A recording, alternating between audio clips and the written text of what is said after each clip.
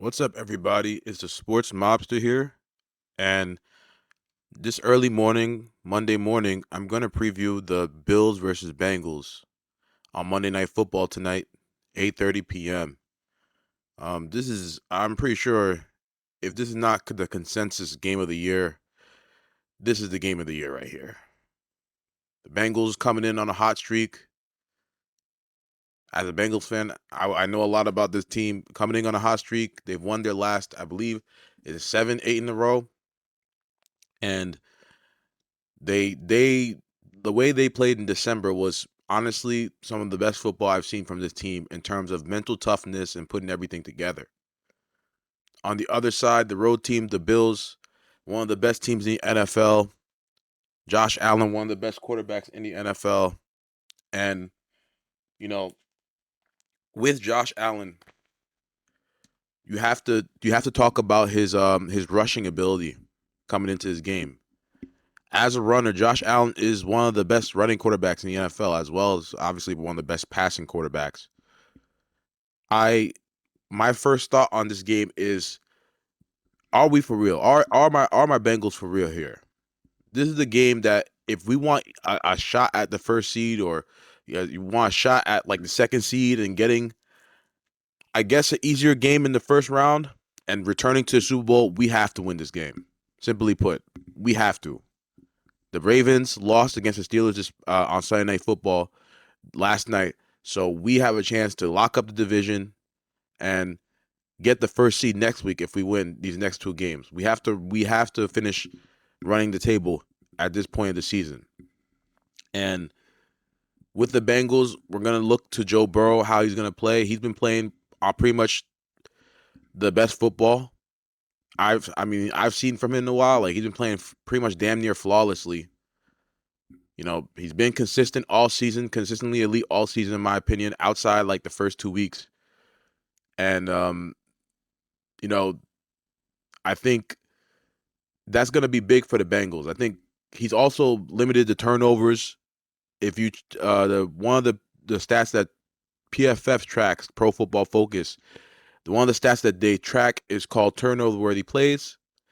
And I like to use turnover worthy plays over interception totals because I think interception totals are, they could be very misleading because a quarterback can get very, very unlucky with tip balls and bobbled passes up in the air, and those can get easily intercepted.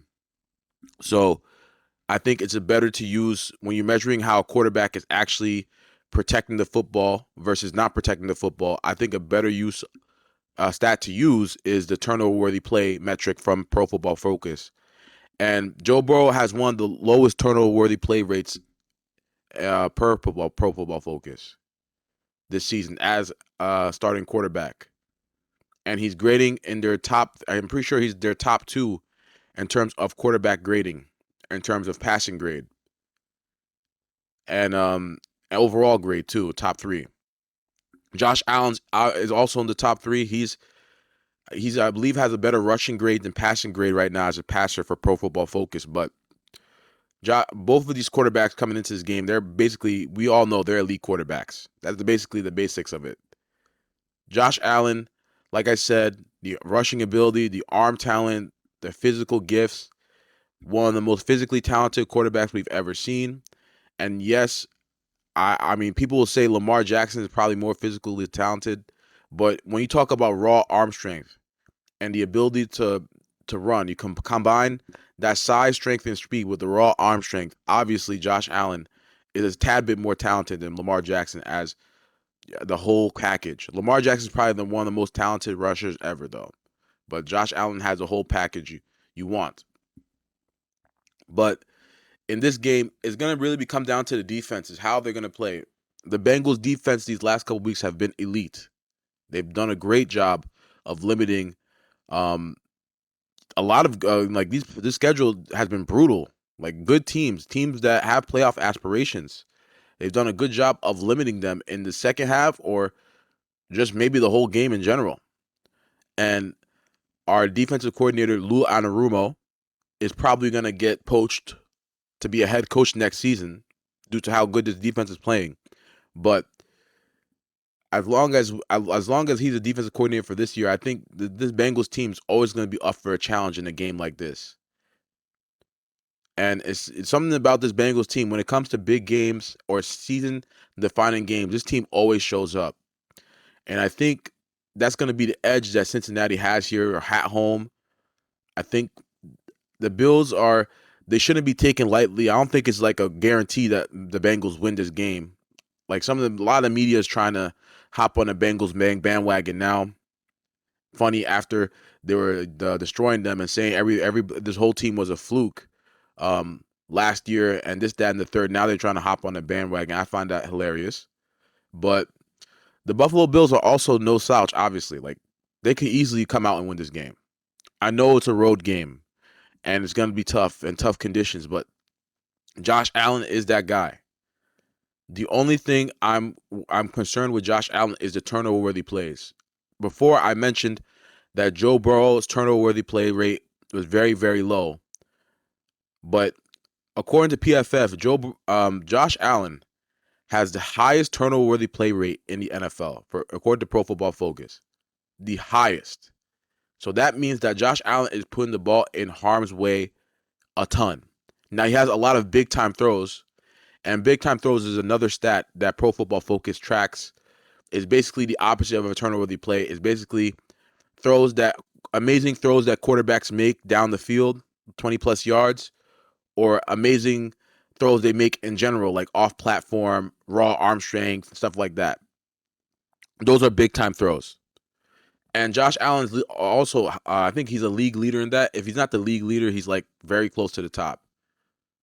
Now, Joe Burrow and Josh Allen both have a lot of big-time throws, but the difference is the turnover-worthy plays. So that's why in this matchup, I think if Josh Allen continues to display the sloppiness he's been with the football for most of the season, then the Buffalo Bills, that's what's going to lose them this game. It's not going to be just like, like the Bengals just roll them over. It's going to be like it's a battle, it's a fight, but the turnovers were the difference. Like two or three turnovers were the difference. And I think against this defense, the Bengals defense, I think they're too good to try and have a bunch of turnover-worthy plays against. You have to be flawless this game, Josh Allen, if you want to win. This has to be one of your signature wins, Josh Allen. If you want to win this game, this has to be one of your signature wins. Simple as that. You're not gonna come here playing sloppy and win the game. I'm telling Josh Allen that right now. I don't know if he's ever gonna listen, but I'm telling him right now. And I just think that for this game, if I had a side to pick, obviously I'm kind of biased, so I'm gonna say Bengals. But realistically, this game's a pick 'em. I would even run a bet like money line this game. This game's a pick 'em. I will say the Bengals have I believe they have the best rate of covering the spread this season in terms of a betting standpoint. The Bengals have covered the spread for like 80% of the season. So keep that in mind as they're underdogs in this game. I think they're a point underdog, which is still basically a pick 'em. If you're like a point underdog in football, that's a pick 'em. I think I would look for at prop bets here. I would look for Jamar Chase to have a big day. People, I know Tre'Davious White is back and they have Kyrie Elam, but this Bills team has never saw Jamar Chase before. And one thing I know about teams is that when they like Jamar Chase, if they've never saw him before, teams that have never saw him before, if you look back, he has absolutely wrecked them. The first time the Ravens saw him last year, he wrecked them. The first time the Chiefs saw him last year, he wrecked them. The first time the Steelers saw him last year, he wrecked them. Excuse me. But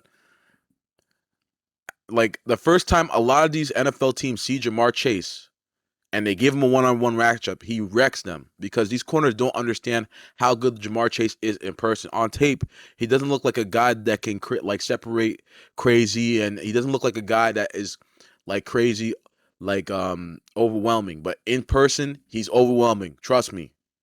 In person, the speed looks effortless. Trust me. Or at least for these corners, because these corners that he's faced, like he's destroyed some top corners that way. Some good cornerbacks. So I think that in this game, Trey White is come back from an Achilles injury a year ago, come back recently. I think if they give Jamar Chase one-on-one matchups against Trey White, I think is big trouble for the Bills. I think the Bills are in trouble. I think the Bills are in serious trouble. And that's not to mention T. Higgins and Tyler Boyd. Those guys can also be a factor. I think Tyler Boyd can have a good game if they overplay Jamar Chase. I think they're really gonna man the outside receivers and try and ask the other weapons on the team like Tyler Boyd and Hayden Hurst and Joe Mixon to have big games, which they very much could. So I think this game's gonna be a battle. I think for the Bills side on their offense, the concern I have with the Bengals defense is that our cornerback room has gotten hurt recently. We recently lost Chidobe Awuzie for the season. Eli Apple starting that corner, so I'm always kind of like shaky on that. Um, Cam Taylor-Britt has looked good, but he's a rookie. We have a lot of youth in the secondary right now outside of our safeties.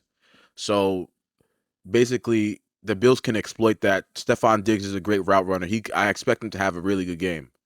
Regardless of what happens, I expect him to get open a couple times. Gabe Davis also a danger. Crazy deep threat. Big frame. Can make nice contested catches sometimes.